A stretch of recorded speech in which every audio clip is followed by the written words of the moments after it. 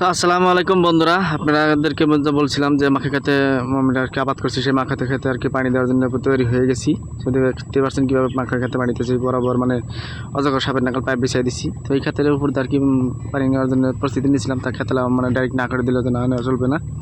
তো তারপরে এই পাকা কাছাতে নিলাম, তো পাকার আলো না করে দিলে তো না চলবে না, পাকা নেমে যাবো গা। তো কী করা যাবে, উপায় না পাই আর কি ক্ষেতের মাঝখান দিয়েই যাবে করে একটু টুকটাক করে নিলাম আর কি পানি। তো অনেক কষ্ট করে আর কি নিতেছি। মোটরওয়ালা ঠিকই আছে মোটামুটি, কিন্তু মোটরওয়ালা হয়তো সাহস দেয় না যে না নেন কী হয় হবো।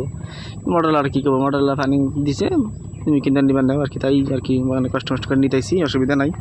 তো মোটরওয়ালা যে কত ডিমান্ড করবে এখন পানির জন্য তাও জানি না। তো পাশে থাকবেন, দেখতে পাচ্ছেন কীভাবে ফাটা সেটা পাইপ দিয়ে আর কি পানি দিয়ে দিয়েছি। মোটামুটি বেশি জায়গা না আর কি, 1-2 বিঘা জায়গা হবো আর কি পানি দিব।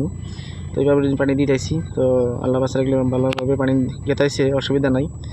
তো পাশে থাকেন, দেখতে পারবেন কীভাবে মানে নেওয়া লাগে পানিটা, মানে পাইপটা কীভাবে মানে খেত দিয়ে বিছাবেন যাতে কোনো ধরনের মাখা গাছ নষ্ট না হয়, সেভাবে বিছাবেন যাতে কোনো ধরনের মাখা গাছ আপনার নষ্ট হবে না, সুন্দরভাবে পানিটা চলে আসবে। তো দেখতে পাচ্ছেন কি সুন্দরভাবে পানি গেতাইছে। তো ওইদিকে ধরেন আধা বিঘা ভিজা হয়েছে আর কি, ওইদিকে ধরেন আধা বিঘা আছে। তো আজকের মধ্যে বলে গিয়ে এখানে আশা করি সবাই পাশে থাকবেন, ধন্যবাদ।